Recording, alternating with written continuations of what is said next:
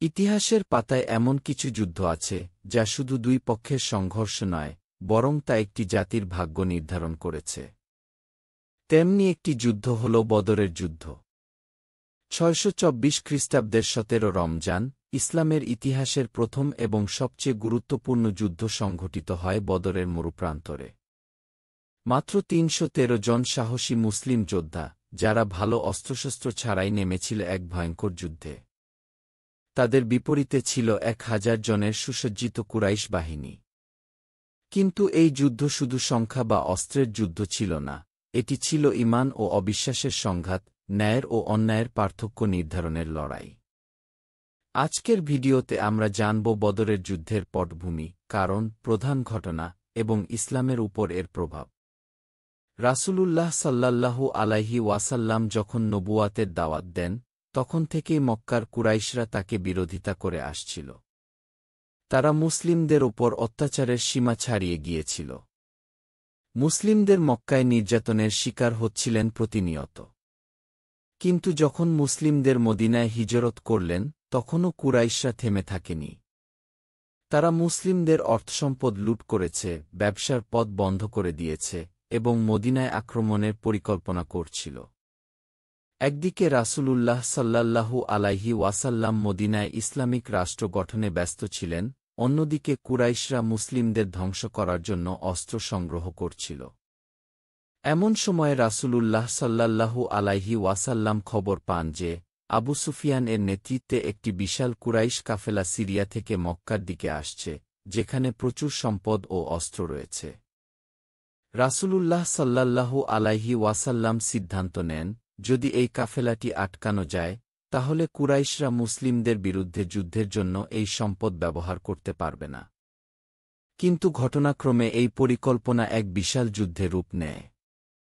বদরের যুদ্ধ ছিল ইতিহাসের এক অসম যুদ্ধ। মুসলিম বাহিনী মোট ৩১৩ জন সাহাবী, মাত্র ২টি ঘোড়া, ১৭টি উট, একটি উট ভাগ করে ৩-৪ জন ব্যবহার করতেন, সীমিত সংখ্যক তরবারি ও ঢাল। কুরাইশ বাহিনী মোট ১,০০০ জন সৈন্য, ১০০টি ঘোড়া, অগণিত উট ও উন্নত অস্ত্রশস্ত্র। যুদ্ধের আগের দিন রাতে রাসূলুল্লাহ সাল্লাল্লাহু আলাইহি ওয়াসাল্লাম এবং সাহাবীগণ আল্লাহর কাছে দোয়া করছিলেন। রাসূলুল্লাহ সাল্লাল্লাহু আলাইহি ওয়াসাল্লাম এতটাই কাঁদছিলেন যে তার চাদর কাঁধ থেকে পড়ে যাচ্ছিল। তখন আল্লাহ কুরআনে ঘোষণা করেন, তোমাদের প্রতিপালক ১,০০০ ফেরেশতা পাঠিয়েছেন তোমাদের সাহায্যের জন্য। যুদ্ধ শুরু হয় একজনের লড়াই এর মাধ্যমে। প্রথমে কুরাইশ বাহিনীর ৩ জন প্রধান যোদ্ধা এগিয়ে আসে। উতবা ইবনে রাবিয়া, শায়বা ইবনে রাবিয়া, ওয়ালিদ ইবন উতবা। তাদের মুখোমুখি হন ৩ জন সাহসী সাহাবী, হামজা রাদিয়াল্লাহু, আলী রাদিয়াল্লাহু, উবাইদা রাদিয়াল্লাহু। এদের মধ্যে প্রথম ২ জন কুরাইশদের পরাজিত করেন, তবে উবাইদা রাদিয়াল্লাহ গুরুতর আহত হন। এরপর পূর্ণাঙ্গ যুদ্ধ শুরু হয়। মুসলমানরা আল্লাহর সাহায্যে দুইভাবে লড়াই করেন। এ সময় ফেরেশতারা মুসলমানদের সহায়তা করেন। কুরাইশরা ভয় পেয়ে দিশেহারা হয়ে যায়। এই যুদ্ধে মুসলমানরা এক ঐতিহাসিক বিজয় অর্জন করে। কুরাইশ বাহিনীর ক্ষয়ক্ষতি: ৭০ জন নিহত, ৭০ জন বন্দী। মুসলমানদের ক্ষয়ক্ষতি: মাত্র ১৪ জন শহীদ। বন্দী কুরাইশদের সঙ্গে মুসলমানরা দয়া ও ন্যায়ের আচরণ করেন।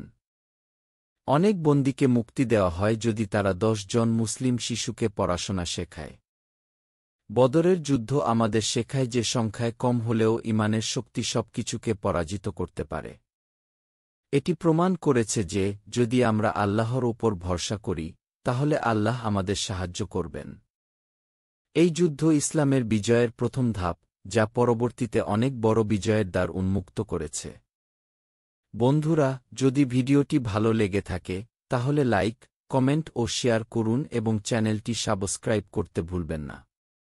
এই যুদ্ধে মুসলিমরা এক ঐতিহাসিক বিজয় অর্জন করে। মুসলিমদের মাত্র ১৪ জন শহীদ হন। বন্দী কুরাইশদের সঙ্গে মুসলিমদেরা দয়া ও ন্যায়ের আচরণ করেন। অনেক বন্দীকে মুক্তি দেওয়া হয় যদি তারা ১০ জন মুসলিম শিশুকে পড়াশোনা শেখায়। বদরের যুদ্ধ আমাদের শেখায় যে সংখ্যায় কম হলেও ঈমানের শক্তি সবকিছুকে পরাজিত করতে পারে। এটি প্রমাণ করেছে যে যদি আমরা আল্লাহর উপর ভরসা করি তাহলে আল্লাহ আমাদের সাহায্য করবেন। এই যুদ্ধ ইসলামের বিজয়ের প্রথম ধাপ, যা পরবর্তীতে অনেক বড় বিজয়ের দ্বার উন্মুক্ত করেছে। বন্ধুরা, যদি ভিডিওটি ভালো লেগে থাকে তাহলে লাইক, কমেন্ট ও শেয়ার করুন এবং চ্যানেলটি সাবস্ক্রাইব করতে ভুলবেন না।